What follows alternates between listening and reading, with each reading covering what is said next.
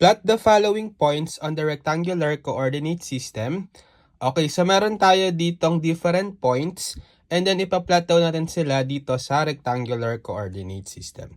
So let's start with 1. Point A with coordinate 2, 5. So sa coordinate natin dito, yung first coordinate is yung x, tapos yung second coordinate is yung y. So pag nilocate natin yung x which is 2, so dito tayo sa positive x-axis. So origin nito, yung intersection ng y at x-axis. So positive 2 units, so we will have 1, 2, and then yung ating y-coordinate is 5. So, dito tayo sa positive y-axis. So, bilang tayong 5 units from the origin. 1, 2, 3, 4, 5. And then, kuhain lang natin yung intersection nung 2 at 5. So, therefore, this is the location of point A. So, this is point A with coordinate 2, 5. Next, for number 2, we have point B, negative 3, 3. So, negative 3 naman yung x. So, bilang tayong 3 units dito sa kaliwa. So, negative 3. And then, positive 3 yung y. Bilang tayong 3 units pataas.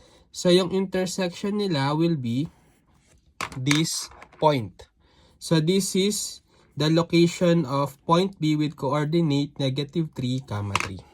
Next, for number 3, we have point C, negative 5, negative 2. So, we will have negative 5 as x bilang tayo. 1, 2, 3, 4, 5, negative 5. And then, yung y this time is negative 2. So, this time, below the x-axis naman. Bilang tayong 2 units, 1, 2. So, yung intersection nila will be, okay, this point. So, this is point C with coordinate negative 5, negative 2. Next, for 4, we have point D, 6, negative 7. So, yung x is positive 6 bilang tayong 6 units sa kanan. 1, 2, 3, 4, 5, 6. And then, negative 7 yung y. So, bilang tayong 7 units pababa. 1, 2, 3, 4, 5, 6, 7. So, yung intersection nila will be etong point na to. So, this is point D with coordinate 6, negative 7. Next, for number 5, we have 0, 3. So, this time, yung x natin is 0. Ibig sabihin, wala tayong movement sa x-axis. Ibig sabihin yan, maglalay yung point sa y-axis. Saan siya malolocate sa y-axis? Kung ano yung y-coordinate, which is 3. So, ibig sabihin, mag-move lang tayong 3 units pataas kasi positive. Ito agad yung point natin dyan. So, this is point E with coordinate 0, 3. Okay, next. For 6 naman, we have F, which is 4, 0. So, this time, yung 0 naman natin dyan is yung Y. Ibig sabihin, wala tayong movement sa Y-axis. Malalocate lang yung ating point F sa X-axis. So, bilang lang tayong 4 units dahil positive. 4 units sa right.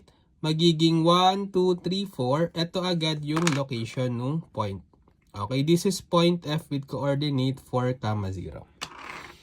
Next, for 7, we have 0, negative 5. So, just like 5, yung point E, pareho silang 0 yung x-coordinate. Ibig sabihin, maglalay lang sa y-axis itong point. Saan? Sa negative 5, kasi yan yung y-coordinate. So, locate natin, pababa, 5 units, 1, 2, 3, 4, 5. So, ito agad yung coordinate nitong number 7. Sige, nakalimutan ko lagyan ng pangalan. Point G.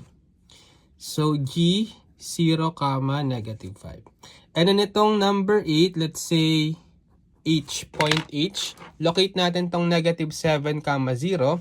So, 0 uli yung kanyang y-coordinate. So, therefore, just like 6, maglo-locate natin siya sa x-axis, particularly sa x-coordinate na negative 7. So, dito sa kaliwa, bilang tayong 7 units to the left, 1, 2, 3, 4, 5, 6, 7. So, ito agad yung location nitong point H with coordinate negative 7, 0.